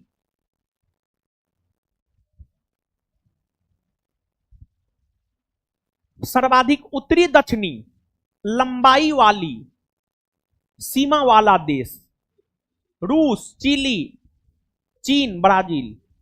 मतलब कौन ऐसा देश है जो जिसकी लंबाई उत्तर दक्षिण में सबसे अधिक है पूरे विश्व में? समझ गए? आंसर हो जाएगा चिली। चिली मतलब देखिए यहां पर चिली है। कहां है जी चिली? दक्षिणी अमेरिका महादेश में यहां पर चिली है। ये देखिए चिली है। ये जो रेड कलर का नजर आ रहा है यही चिली है। कोई भी मानचित्र जब हम लोग लेते हैं तो उसका ऊपरी भाग उत्तर दिशा, नीचे दक्षिण।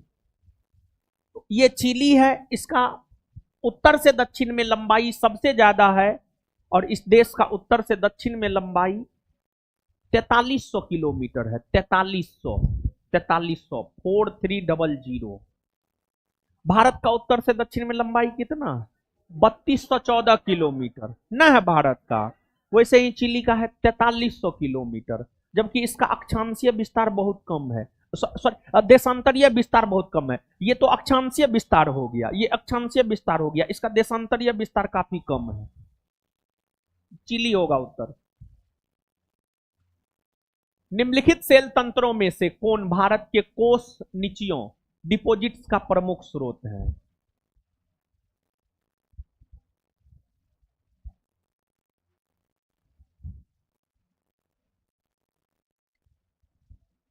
धारबार, गोंडवाना, कुडप्पा, बिंद।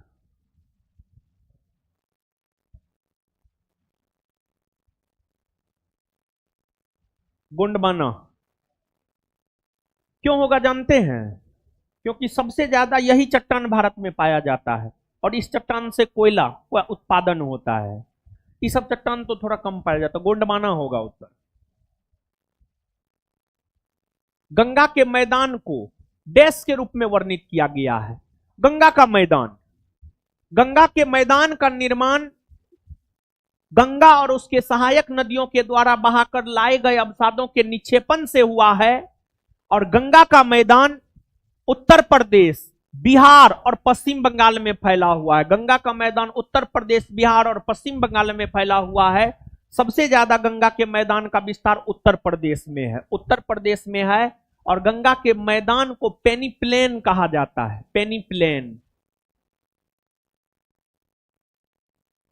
बीना नदी निम्नलिखित नदियों में से किसकी सहायक नदी है? बीना बेतवा की सहायक नदी है। बेतवा यमुना की सहायक नदी है। यमुना गंगा की सहायक नदी है।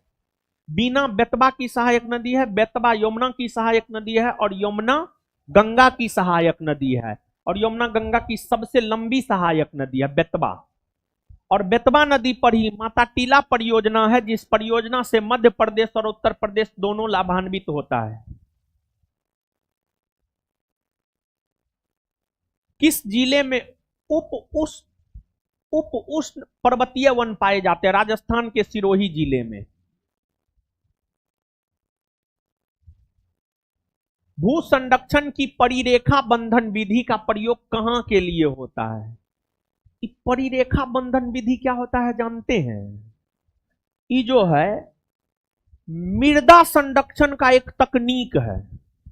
परिरेखा बंधन विधि मृदा संरक्षण का एक तकनीक है। मृदा संरक्षण का एक तकनीक है परिरेखा बंधन विधि।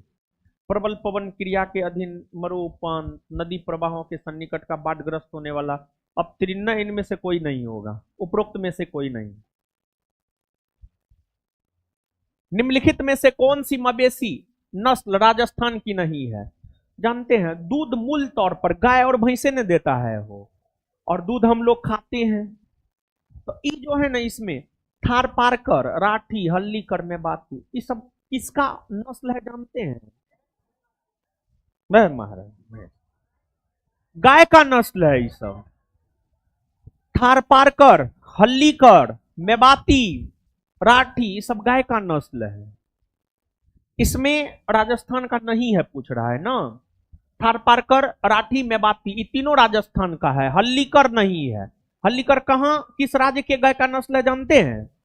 हल्लीकर जो है कर्नाटक के गाय का नस्ल है, कर्नाटक। और ये सब ऐसा गाय है, जैसे एक होता है देसी गाय और एक होता है जर्सी गाय। जर्सी भी एक गाय का नस्ल है और गाय का वैसा नस्ल जो अधिक दूध दे, सामान्य तौर पर उसको हम लोग जर्सी कहते हैं। और देसी नस्ल का गाय बहुत कम दूध देता है। और ये सब जो गाय है सब काफी ज्यादा दूध देता है, मतलब 10 लीटर, 12 लीटर, 15 लीटर, समझ गए, ऐसे दूध देता है ये सब गाय। तो ये हल्लीकर है, कर्नाटक का है। निम्नांकित में से कौन सा उद्योग चूना पत्थर को मुख्य कच्चा माल के रूप में उपयोग करता है? चूना पत्थर को मुख्य कच्चा माल के रूप में उपयोग करता है सीमेंट उद्योग। सीमेंट उद्योग वर्ष 1962 में प्रकाशित पुस्तक साइलेंट स्प्रिंग, जिससे विश्व के पर्यावरणीय आंदोलन को गति मिली, के लेखक है रेचल कार्सन। जवाहरलाल नेहरू ने भारत की संविधान सभा की किस बैठक में उद्देश्य प्रस्ताव रखा था? पहला, दूसरा, तीसरा?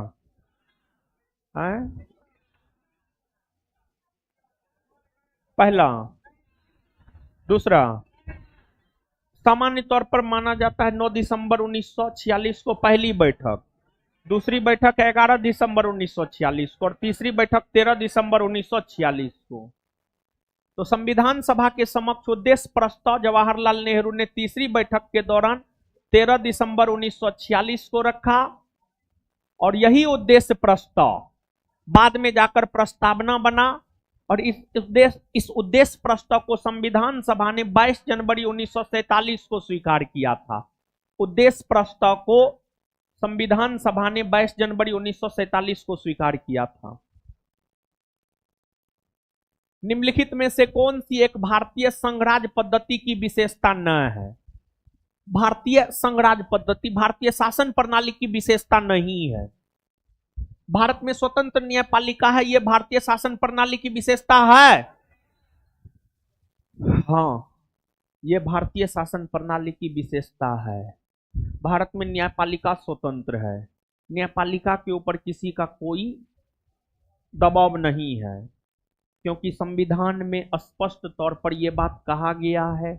संविधान के अनुच्छेद 124 में कहा गया है भारत में एक सुप्रीम कोर्ट होगा जो स्वतंत्र होगा।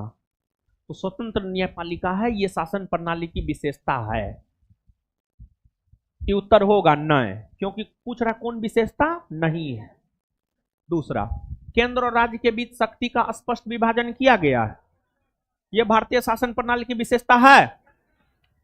हाँ है, कहिएगा कैसे? संघ सूची, राज्य सूची, समवर्ती सूची का प्रावधान है।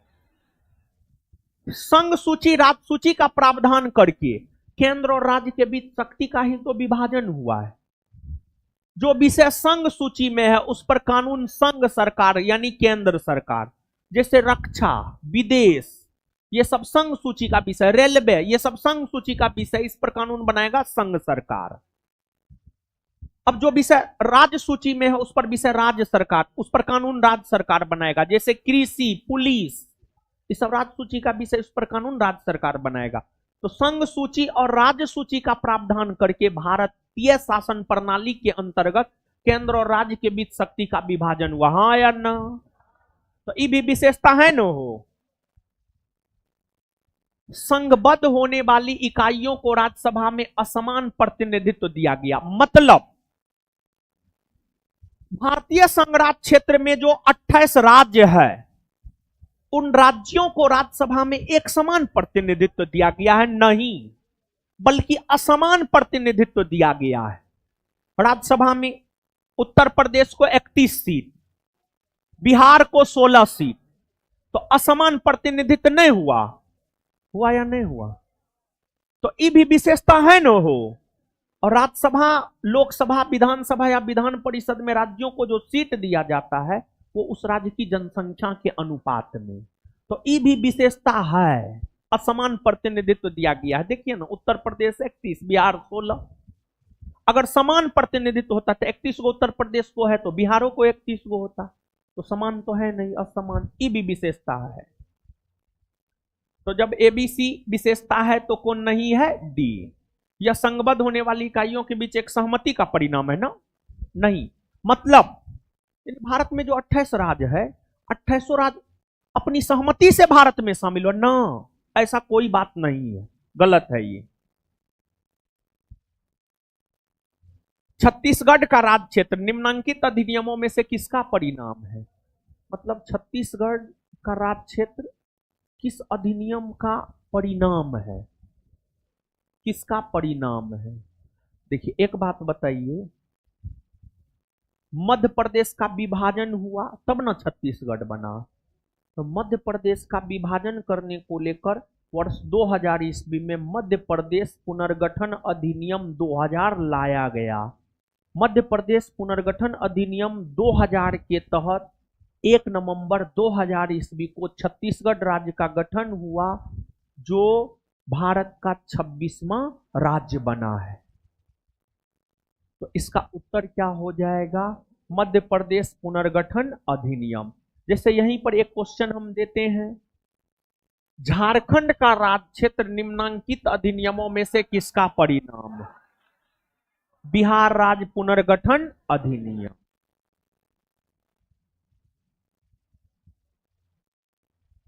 भारतीय संविधान का कौन सा अनुच्छेद बच्चों के शोषण के विरुद्ध मौलिक अधिकार से संबंधित? 17, 19, 23, 24। 17 में क्या है? अस्पृश्यता का अंत, मतलब छुआछूत का अंत।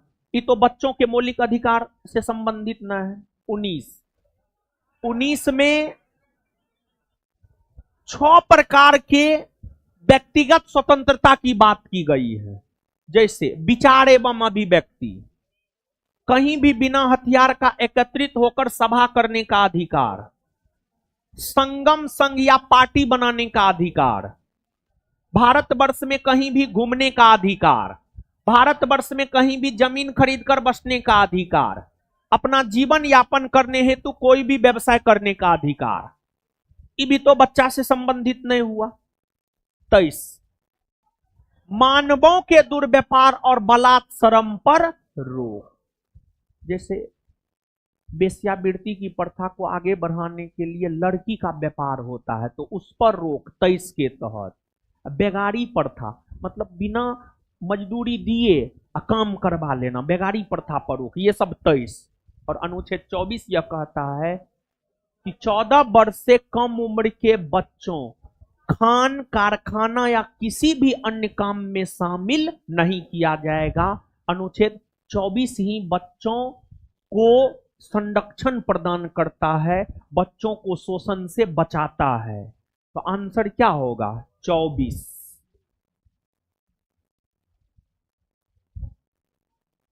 भारत का राष्ट्रपति कितनी बार पुनः चुनाव के लिए पात्र होता है? यानी क्वेश्चन ये है, भारत में कोई भी व्यक्ति कितनी बार राष्ट्रपति का चुनाव लड़ सकता है? इस प्रश्न का उत्तर जानना है तो आप अनुच्छेद 57 को पढ़िए। अनुच्छेद 57 यह कहता है कि भारत में कोई भी व्यक्ति जितनी बार चाहे उतनी बार राष्ट्रपति का चुनाव लड़ सकता है और चुनाव जीत करके वह उतनी बार राष्ट्रपति बन सकता है। मतलब भारत में कोई भी व्यक्ति एक से अधिक बार राष्ट्रपति बन सकता है और जितनी बार चाहे उतनी बार बन सकता है। लेकिन अभी तक एकमात्र राष्ट्रपति राजेंद्र प्रसाद है जो लगातार 2 बार राष्ट्रपति बने हैं।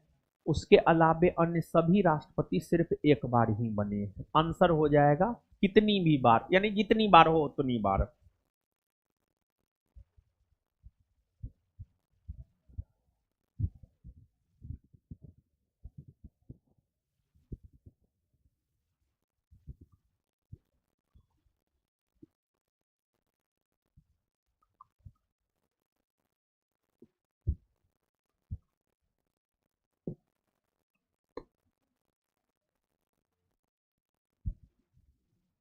आगे आइएगा।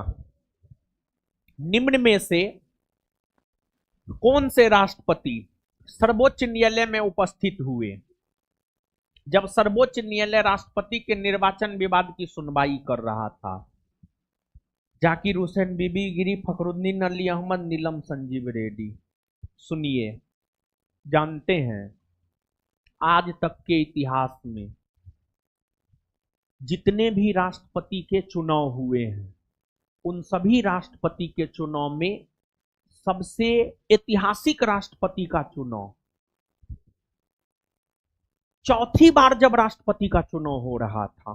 पहली बार राष्ट्रपति का चुनाव 1952 में, दूसरी बार 1957 में, तीसरी बार 1962 में, चौथी बार 1967 में और पांचवी बार 1969 में। चौथी नहीं, पांचवी बार 1969 में। आज तक भारत में जितनी बार राष्ट्रपति का चुनाव हुआ है उसमें सबसे ऐतिहासिक और रोमांचक चुनाव पांचवी बार हुआ है 1969 में। इसमें राष्ट्रपति 1969 में जो राष्ट्रपति का चुनाव हो रहा था उसमें राष्ट्रपति पद के एक उम्मीदवार थे बीबी गिरी और दूसरे उम्मीदवार थे नीलम संजीव रेड्डी। बीबी गिरी निर्दलीय उम्मीदवार थे और नीलम संजीव रेड्डी कांग्रेस के उम्मीदवार थे। नीलम संजीव रेड्डी कांग्रेस के उम्मीदवार थे। अब उस समय कांग्रेस की सरकार थी, प्रधानमंत्री इंदिरा गांधी थी, लेकिन प्रधानमंत्री इंदिरा गांधी कांग्रेस के उम्मीदवार नीलम संजीव रेड्डी को सपोर्ट नहीं की, बल्कि प्रधानमंत्री इंदिरा गांधी बीबी गिरी को सपोर्ट की। इसी वजह से 1969 के राष्ट्रपति के चुनाव में बीबी गिरी की जीत हुई। बीबी गिरी की जीत हुई। बीबी गिरी की जीत हुई।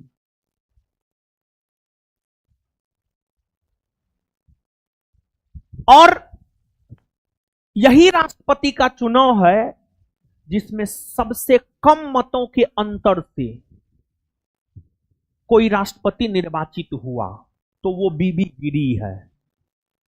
तथा द्वितीय वरीयता के मत से अगर कोई राष्ट्रपति निर्वाचित हुआ तो वो भी बीबी गिरी है। और अगर कोई प्रथम निर्दलीय राष्ट्रपति बना तो वो भी बीबी गिरी है। बीबी गिरी चुनाव जीत गए, लेकिन उनके विपक्ष में जो उम्मीदवार थे नीलम संजीव रेड्डी, नीलम संजीव रेड्डी ने आरोप लगाया कि बीबी गिरी ने धांधली किया। बीबी गिरी ने धांधली किया। और फिर नीलम संजीव रेड्डी सर्वोच्च न्यायालय में एक याचिका दायर किया कि नहीं, बीबी गिरी ने धांधली करके राष्ट्रपति का चुनाव जीता।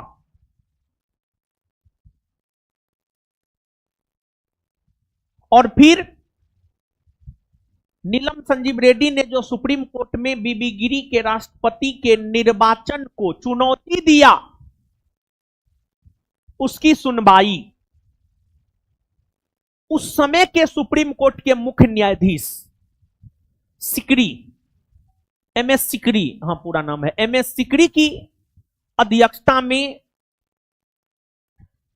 नीलम संजीव रेड्डी के याचिका पर सुनवाई हुआ। और उस सुनवाई के बाद जब सुप्रीम कोर्ट ने निर्णय दिया तो निर्णय बीबी गिरी के पक्ष में दिया। निर्णय बीबी गिरी के पक्ष में दिया। समझ गए? और जब सर्वोच्च न्यायालय में बीबी गिरी के राष्ट्रपति बनने को चुनौती दिया गया था, तो फिर उस दौरान बीबी गिरी सर्वोच्च न्यायालय में उपस्थित हुए थे। तो इसका उत्तर क्या हो जाएगा? बीबी गिरी।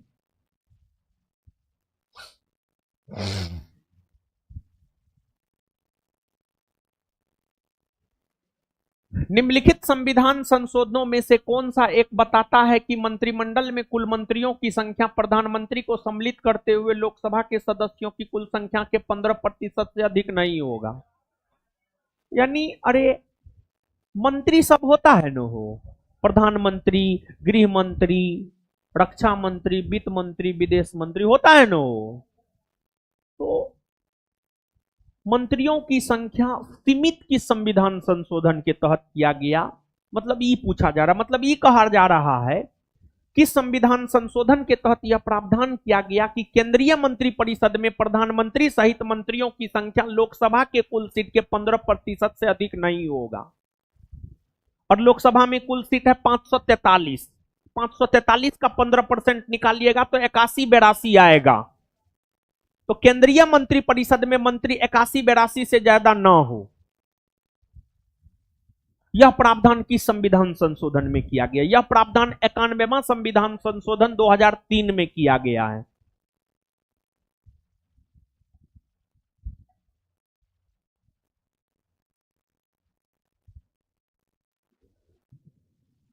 लोकसभा में अनुसूचित जनजातियों के लिए निम्न में से किस राज्य में सर्वाधिक आरक्षित सीटें हैं? देखिए सुनिए, अनुसूचित जनजाति मतलब आदिवासी। आदिवासी के लिए लोकसभा में सीट आरक्षित है? हाँ है। कितना सीट? 47। अनुसूचित जनजाति के लिए लोकसभा में 47 सीट आरक्षित है। कितना सीट? 47। कितना सीट? 47। 47 सीट आरक्षित है। समझ गए? और एक बात जानिए, जिस राज्य में अनुसूचित जनजाति सबसे ज्यादा है उसी राज्य में अनुसूचित जनजातियों के लिए लोकसभा सीट आरक्षित होता है। जैसे बिहार, उत्तर प्रदेश में अनुसूचित जनजातियों के लिए लोकसभा का कोई सीट आरक्षित न है। सबसे ज्यादा अनुसूचित जनजाति कहां है? मध्य प्रदेश में ना, सबसे ज्यादा मध्य प्रदेश में है।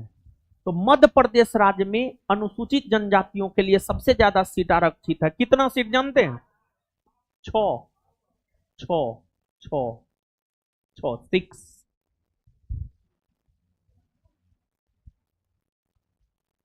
विधानसभा में है महाराज, वो विधानसभा में है। ठीक है, लोकसभा विधानसभा में अंतर न होता है जी।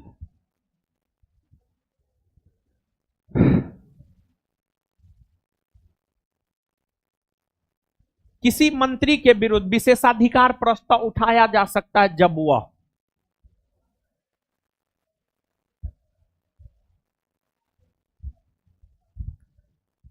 किसी मामले के तथ्यों को रोकता है या तथ्यों का बिगड़ा हुआ वर्णन देता है तब। राज्य की मंत्रिपरिषद सामूहिक रूप से किसके प्रति उत्तरदायी होता है? राज्य का मंत्रिपरिषद सामूहिक तौर पर, भारतीय संविधान के अनुच्छेद 164 के क्लाउज 2 को पढ़िए। भारतीय संविधान के अनुच्छेद 164 के क्लाउज 2 को पढ़िएगा तो यह अनुच्छेद जानकारी देता है कि राज्य का मंत्रिपरिषद सामूहिक तौर पर विधानसभा के प्रति उत्तरदायी होता है, वहीं राज्य का मंत्रिपरिषद व्यक्तिगत तौर पर राज्यपाल के प्रति उत्तरदायी होता है।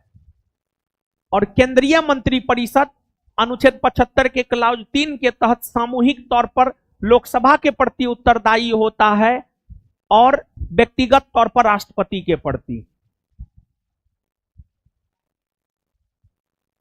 उच्चतम न्यायालय द्वारा आज तक की दूसरी सबसे बड़ी खंडपीठ किस केस में बनी है? जानते हैं?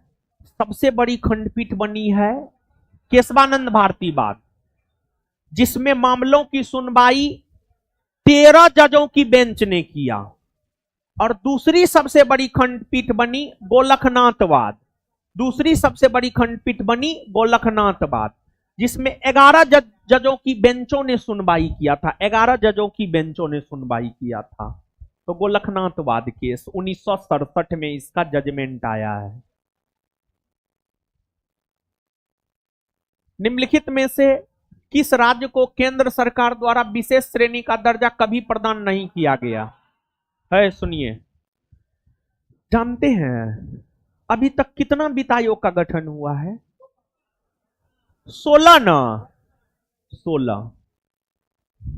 अभी तक 16 वित्त आयोग का गठन हुआ है, जिसमें 5वां वित्त आयोग सिफारिश किया था।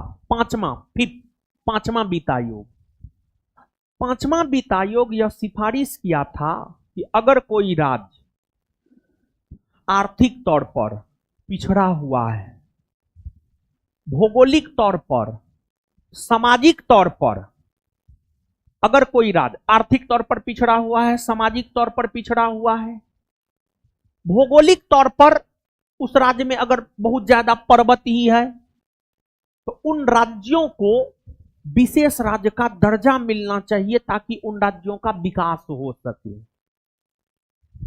और राज्यों को विशेष राज्य का दर्जा दिया जाना शुरू वर्ष 1969 ईस्वी से हुआ है। 1969, 1969 भारत के भीतर राज्यों को विशेष राज्य का, देखिए इस बात सुनिए ना, आप जो लिख रहे हैं ना, इस बात से ज्यादा महत्वपूर्ण यह था कि भारतवर्ष में राज्यों को विशेष राज्य का दर्जा देने का सिफारिश किस वित्त आयोग ने किया था? 5वां वित्त आयोग ही ज्यादा महत्वपूर्ण है।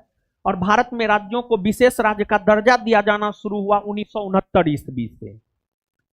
बिहार, सिक्किम, हिमाचल प्रदेश, जम्मू कश्मीर, इसमें से कौन राज्य को कभी विशेष राज्य का दर्जा नहीं मिला? बिहार ना, बिहार आंसर होगा बिहार। और नीतीश जी एक बार जो है भाजपा को धोखा दिए थे इसी आधार पर कि जो है भाजपा बिहार को विशेष राज्य का दर्जा नहीं देता है, और दूसरा बार धोखा दिए कि तेजस्वी भ्रष्टाचार कर रहा है राजद को, और तीसरा बार राजद को धोखा दिया कि काम करने में मन नहीं लग रहा है तेजस्वी के साथ। मतलब लेटेस्ट जो धोखा दिया है उसमें यही बोला है कि इसके साथ काम करने मन नहीं लगता है। तो तेजस्वी उस पर जवाब दिया था कि हम मुख्यमंत्री के मनोरंजन के लिए नाचे। मतलब नीतीश जी भी कुछ उलुल जुलुल बयान देते रहते हैं। लेकिन बिहार में देखिए बहुत अच्छा क्वेश्चन है ये, इस क्वेश्चन का जवाब दीजिए कोई, इस क्वेश्चन का जवाब दीजिए कोई। सी, वाह, चलिए बहुत बढ़िया है। सी जो भी लोग बोले हैं सही है उत्तर। निम्नलिखित कथनों पर विचार कीजिए। 73वां संशोधन के बाद विकेंद्रीकरण किया गया, यानी विकेंद्रीकरण किया गया मतलब शासन का पावर जो है लोकल स्तर तक दिया गया। 73वां संविधान संशोधन के तहत पंचायती राज को संवैधानिक दर्जा दिया गया और फिर पंचायती राज के पदाधिकारियों को शासन प्रशासन की जिम्मेदारी दी गई स्थानीय स्तर पर। यही तो विकेंद्रीकरण है। तो इसके तहत निर्णय लेने की शक्ति, पूर्ण व्यवस्था, न्यायिक शक्ति, प्रशासनिक शक्ति, निर्णय लेने की शक्ति, पूर्ण व्यवस्था, प्रशासनिक शक्ति, ये तीनों हुआ है, लेकिन न्यायिक शक्ति, न्याय को लेकर कुछ नहीं हुआ है। केंद्र में अंतरिम सरकार की स्थापना हुई थी। देखिए केंद्र में अंतरिम सरकार की स्थापना अगर देखी जाए तो केंद्र में अंतरिम सरकार की स्थापना हुई है 2 सितंबर 1946 को। क्रिप्स मिशन के आने के बाद। क्रिप्स मिशन का भारत आगमन कब हुआ? क्रिप्स मिशन का भारत आगमन हुआ 1942।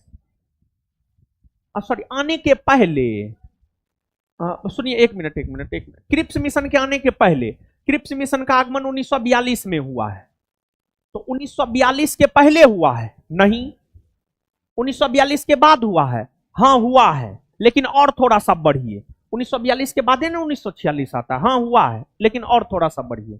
कैबिनेट मिशन के आने के बाद, कैबिनेट मिशन भारत आया है मार्च 1946 में। तो मार्च 1946, हाँ ये भी हो सकता है। माउंटबेटन की योजना के पेश करने के बाद, माउंटबेटन योजना पेश हुआ है 3 जून 1947। बताइए उत्तर क्या होना चाहिए, बी या सी? सी ना, सी इसका एप्रोप्रिएट आंसर होगा। 1946 में भारत में अंतरिम सरकार का मुखिया कौन था? लॉर्ड माउंटबेटन, क्योंकि अंतिम वायसराय वही थे। माउंटबेटन।